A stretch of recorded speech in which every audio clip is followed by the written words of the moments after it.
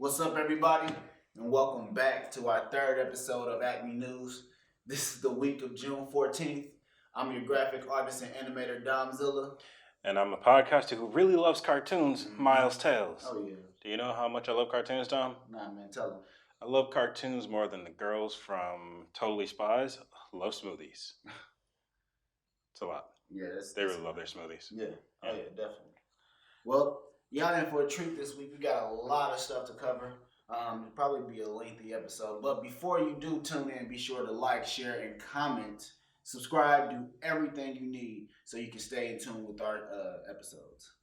For sure. Now, on to today's first topics. Woo! We don't do this. Oh, my God. All right, our very first topic is about something that happened in the video game world. A little teeny tiny controversy with a game that was just premiered during the PS5 conference, their digital conference. It was called Little Devil Within.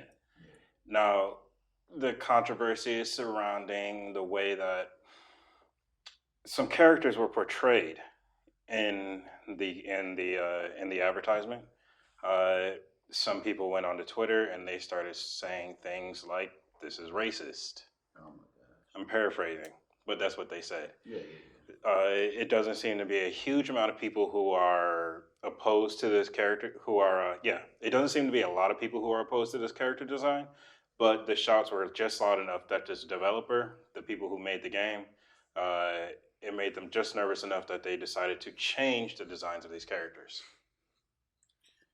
Yeah, I saw some of those photos, and I have to say, I have a lot to say about this. For one, nitpicking, man. Whoever you were, I don't know who you were. We actually got to the source of the person, one of the first people to actually respond negatively to the trailer of this Little Devil Within video game, and I had to say, you was really grasping at straws, man. Look, me coming from a black experience as a whole, like Dreads, okay, yes, Dreads is definitely a huge tip off if this is considered an ethnic character in any situation, animation in general. But to literally condemn a character in its literally first run, like, for one, the character's skin was gray. You know what I'm saying? They try to neutralize it as much as possible. But what type of representation do you want? You know what I'm saying? It's not like they're a white tribesmen running around here with dreads, you know, like you don't see that. And it's like they're not putting us in a ball or sphere here. It's not that at all. It's literally the accurate representation of a tribe member. You know what I'm saying? Just because they have dreads does not make it a fucking racist situation here. Even if it did have a negative connotation. You know what black people do all fucking goddamn day? We took nigga and made it a positive thing. We always flip it. And like, I'm gonna say this. That art, the style was fucking amazing. I loved it. Like the first time I saw it, I was like, that style, that character is dope. I love the dreads. The dreads on it was sick. Like, you can't see a face. And there's no way it's blackface because it's a white mask. You know what I'm saying? Like, you are grasping at straws here. I understand the perspective. I understand everything. I understand the fact that you want to burn down everything and literally cover all your grounds. I get it. Start from scratch. You can't build something good on top of something that's already bad. I feel that. I understand it completely. But this is a new company, and this is their first impression in the game, and y'all are literally making it hard for them. So any other time they drop a game, they're going to really be walking on eggshells. Censorship.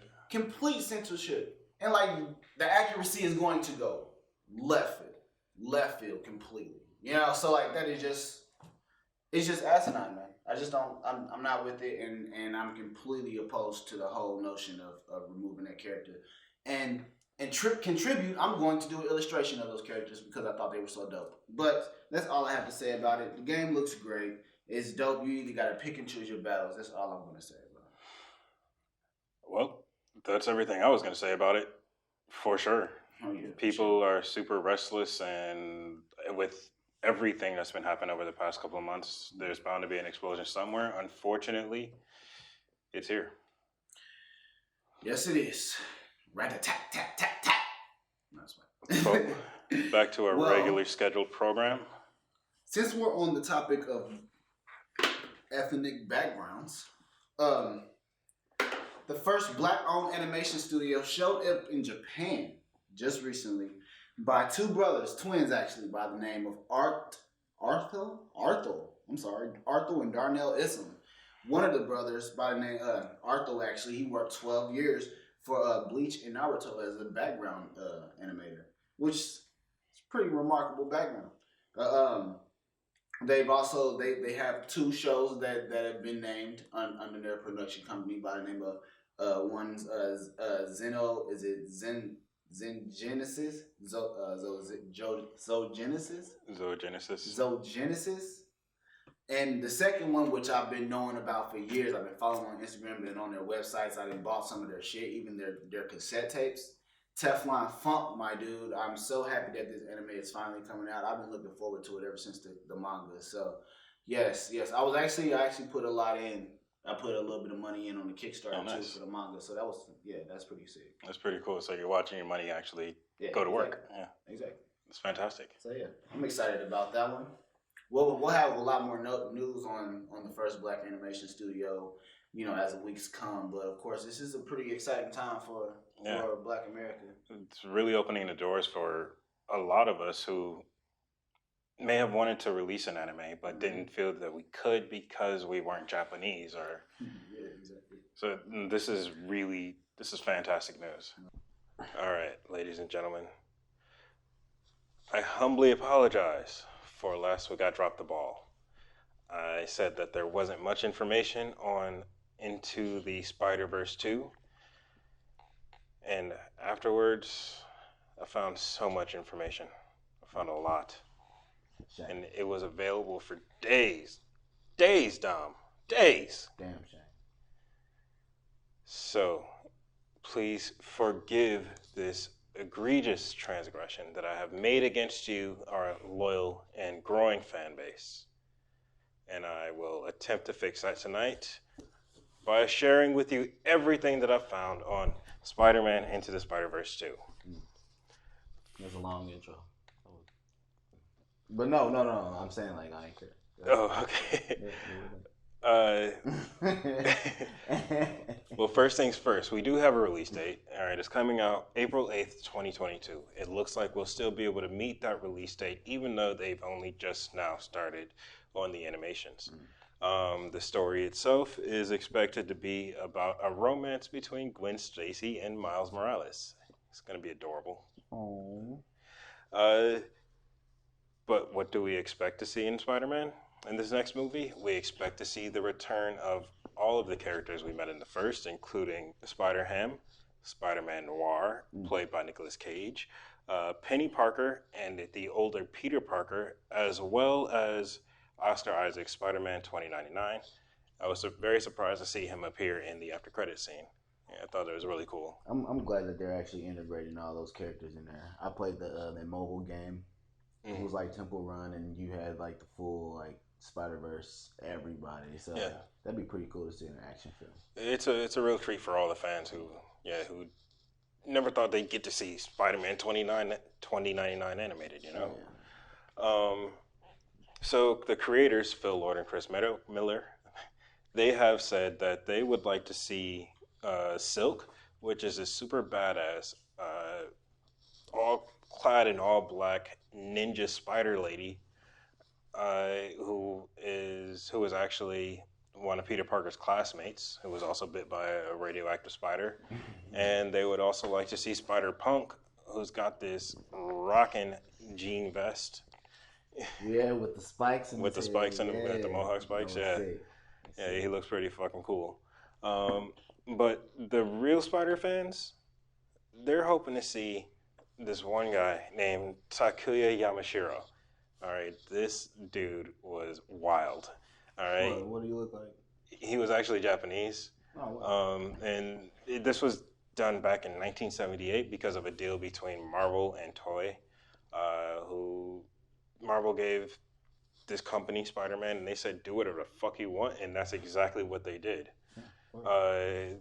He's 22. He's not a teenager. He gets his powers from radioactive sludge. His entire costume is in a bracelet, which is kind of cool to be honest, and he's got a mech. Huh. Ah, crazy Japans. So Phil Miller actually said that if the movie made 200 million domestic, then he would make sure that Yamashiro made it into the movie. However, we only gave the movie $190 million domestic. Like that ain't enough.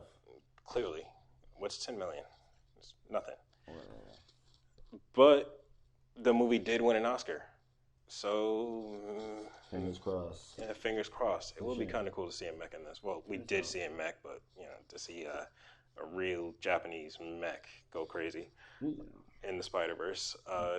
Just real quick though, one last cameo we're expected to see is Tom Holland. He was supposed to be in the first one, but his part was cut for time. That'd be pretty interesting to see. The one thing that I'm really looking forward to about the whole SpiderVerse, the series, is the style, the consistent style that they put in, and the time that they put in each one to make it look authentically like a comic book in a 3-dimensional realm. And it's sick, man. I really appreciate that, and that's the number one reason why I'm looking forward to this production being released. Yeah, it is extremely unique, and it's something that can only be done in the realm of animation. 100%. Oh yeah, 100%. Well, it has been confirmed that Hotel Transylvania 4 has finally got a release date. We're looking at December 20th, 2021. It's going to be starring pretty much all the same people, Andy Samberg, Adam Sandler, Selena Gomez. But they do have a new set of actors and actresses that are yet to be released, so that's something I'm looking forward to. But along with the rest of Genndy Tartakovsky news, he's actually finally got a little bit of a time frame of when Samurai Jack's Battle Through Time is going to be released. Actually, at the end of this year, actually, that we were looking forward to it. It's going to be pretty dope. They say it's going to start off at the end of, the series where the series left off at. It's very interactive, so you even get to play with weapons and guns from the series finale. So that's even cooler. It's made by Soleil Studios. I haven't heard much about them at all. I'll probably look into them a little later, but I'm not professed in video games at all. So, but Samurai Jack, you have my heart. You have my childhood. I'm looking forward to you for sure. I'm actually looking forward to this too. Some of the information that was released said that it was going to be an alternate dimension from the world that we saw in the series. He'll basically be going through the story again in order to get to a battle with Aku. So we'll see a lot of things that we're familiar with and a lot of brand new things too. Word. So it's going to be really cool to see what other ideas Genndy Tartakovsky might have had for his series. Word up. All right, next up on the list is there was a trailer release for this little movie called Animal Crackers. Okay. It's your standard kids film. The story is, all right, I'm not gonna lie, I wish I came up with this. The story is about a guy who finds a box of magical animal crackers, and what he does is he eats a cracker, he becomes the animal that he ate. Eat a lion cracker, you turn into a lion. A zebra, you turn into a zebra, penguin, etc., etc. Well, I mean, this nice. That's nice. So this it sound like purely for kids. What are we doing? We cuss on this show. Well, no, it's actually got kind of. This is a few times when we see. To answer your question, this is one of the few times that we actually see a happy ending in the entertainment industry. This was a movie that was actually completed back in 2017, and it was entered into a film festival. It did very well, and it actually got a deal for distribution. But the company, which was not named in the article for obvious reasons, this is pretty embarrassing. Those are the reasons. The company that picked up the license went out of business. Then it was picked up by another company that went out of business, and picked up by a third company and went out of business until Netflix finally picked it up and is now going to release it on their platform. And this is pretty cool. Good for the movie. Like once a movie, sometimes no, a lot of the time when a movie gets lost in the sauce like that, it never reemerges. Um, this movie has an all-star cast with John Krasinski, Danny DeVito, Emily Blunt, and others. Um, so it should have. I think that it should have gotten some attention back then, or that it would have gotten some attention back then. The thing is, though, that because this is a straightforward movie and this has got a straightforward story, they're going to have to. We just have to hope that the characters are memorable. This is a movie that could be relying on star power for attention, and that's a shame because it looks unique. It really does. It has a unique look to it, and it would suck to see another animation get lost in the sauce because it didn't work where it was supposed to. Work. Well, I mean, at least we get to see what the whole hype was about. You know what I'm saying? If it made it through the festivals and all that, and it went that well, maybe we get to see what it's really about. So, right. That's dope. Well, Warner Brothers is in the news with a new live-action Tom and Jerry film that's due to be released this year, December 23rd. Actually, live action. I don't think we need it, but whatever. It's cool. It's Tom and Jerry. Obviously, it's classic. Just in time for Christmas. Oh my God! It's gonna be a treat. Yes. Well, they're using a lot of archival voices for the show, such as like William Hanna, Mel Blanc, and a few others, along with Ken Jeong and Michael Pena. Yeah. Right? Yeah. This is the second movie that features both the stars of the show since Tom and Jerry the movie in '92. Oh wow! Yeah, it's crazy. But it actually finally introduced how both the characters, meet, which is typical. The craziest, you could have really made it even sillier, but Jerry lived there first. Jerry then was a family there first. moved in, and they got a cat to take care of the rodents, and that's exactly what the premise is, and that's how they meet. What is that? Because I kind of wonder, what are they going to do? Are they going to do the Lion King thing? I hope not. Or I don't know. I was imagining the legs, live action with the legs, and that's it. Like you don't see the top part, or the human, and you just see the live action cat and mouse. Like that would be wild, But I hear they're starting to try to make Tom and Jerry cancel culture now. Oh, jeez. Yeah, it's wild. But anyways, let's move on. Adventure Time Distant Lands, of course, has been announced. It's being called the series revival, and it will be a 4 1-hour episodes and finale type of thing or whatever.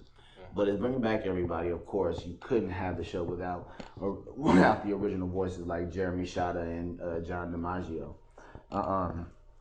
But the episodes are, lighthearted, from what I'm understanding. We actually got a cool 4-minute clip of the first episode, BMO, that talked about BMO going on a journey to help some people with a threat that's going on their planet. And the second one goes into PB and Marceline and their relationship. The third one's Peppermint Bubblegum and some inexperience in a wizard school or something, magic school or something like that. And then the fourth is, of course, your favorite duo, Finn and Jake, going on the last venture together. So I'm looking forward to that. I don't know if you knew that yet, but now you know. It sounds like some classic Adventure Time. Oh yeah, definitely. And lighthearted yet deep somehow. Well, okay. I got a lot to deliver here. Brace yourself, ladies and gents. Move over Adult Swim. There is a new adult animation block on cable today. It is on SYFY, and they're calling it TZGZ after SYFY, which is super fucking clever. Clever as hell. I wish I thought of that. So we're getting into pilot season, so there are a lot of studios doing this, where studios and networks doing this, where they announce the shows that they're picking up and distributing, yada yada. And what I have here is a few things from TZGZ. aka SYFY. I've been able to see a couple of trailers for some of the shows that they did pick up straight to series, like Doctor Havoc's Diary.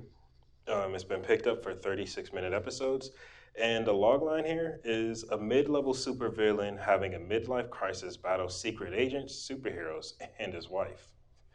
It's done in stop motion animation, very similar to Robot Chicken, but it still has its own style. I really like that. I like what they did with that show. They did not take the essence of child play, away from it. With Adult Swim, Robot Chicken. But Seth Green, amazing show. I love it. I mean, of course, I love your show.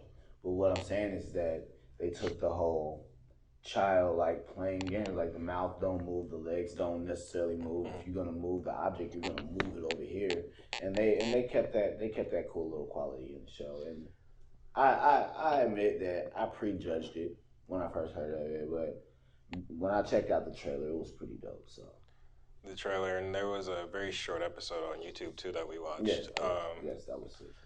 And there was a you like, just obviously you can't talk about Robot Chicken, but or talk about this show without bringing up Robot Chicken, but just the differences between the two, at least from what I noticed, is that Robot Chicken is like kids trying to reenact scenes that they've seen in movies, which is exactly what that is. So like the shots are a little more cinematic, but this one is kind of like, it's an original story. They're not taking anything from other properties, and they're coming up with their own thing. So the differences are definitely there. Another show that there is a trailer available for is Held In. And this one takes place in a living room for the most part after the apocalypse. A group of friends are hanging out, watching old movies and TV shows, and they're just talking shit. You know what I mean? It's very in the vein of Mystery Science Theater 3000, and which makes sense because Shout Studios are the guys who brought MST3K to YouTube and gave it its revival. Another thing that I noticed that that stood out to me was actually the list of guest stars that are going to be involved with this. You have Matthew Lillard, who is Shaggy from the live-action Scooby-Doo. Nice. Katie Leclerc. She's been on episodes of NCIS, Community, CSI, and a bunch of other stuff. Most notably for me was Maria Bamford, who is North on Dream Corp. She's been in a couple of episodes of Midnight Gospel. She's been in she played a few parts on BoJack Horseman and SpongeBob, but I knew her as Debris Bardeau in Arrested Development. Very funny, but she's also been, in Adventure Time, and her IMDb just goes on and on and on. It is a mile long. I wouldn't have never guessed that. Yeah, she's done a lot. And then last but definitely not least, when I learned how to talk again, it's Kevin Heffernan. All right, that's the dude that played Farv on Super Troopers. The leader of Cola guy. Not even familiar with that. That's crazy. I'm sorry, audience.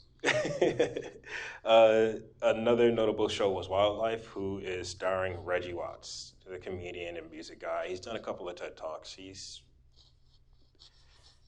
humor isn't for me, but people like him. And then lastly, we got a couple of pilots, which is The Plutonians, which is basically if you take that one episode of Rick and Morty where Jerry was hanging out on Pluto, give the aliens there their own show where they're trying to prove themselves as a planet to the rest of the solar system, and you got Plutonians. Yeah, I wonder how well that'd do after a couple seasons. Maybe they're creative enough. I don't know if I'd be. I don't know. It's only so much that I feel like you can do with that concept. But let's see how it goes. They got a pilot order, but it's going to be set up for 15-minute episodes. The last pilot that I noticed was Psycho Psalm, and I put this one on the list only because while I was searching for it, I found another cartoon from SYFY called Science. Oh yeah, that show was actually really good. Yeah, starring Cree Summer. It was only 6 episodes. Took less than 20 minutes to see them all. It's fantastic. If you haven't seen it, then I suggest you check it out. Hey, Cree Summers, you devil, you fucking gorgeous woman. You did something to my soul just hearing you cuss like that. I just never heard it before. I never thought that Susie Carmichael could cuss, but like you cuss so well. She does. She's fantastic at it. It's like really derogatory show. It's raunchy. I like it, and I was actually not expecting sci-fi to go so hard. Yeah, it was. No, it was definitely weird to hear some of those jokes coming from a cable show, even if it's a late night cable show. Oh, I thought the FCC was getting worse, not better. Yep. But that's it for Acme News. Hope you enjoyed the show. Please remember to give a like, subscribe, comment, and you know what? Share us. Share. Get us all over the goddamn place. I'm Domzilla. And I'm Miles Tales. And this has been Acme News. Y'all have a good weekend. Peace. Jesus. Yeah. Stop it.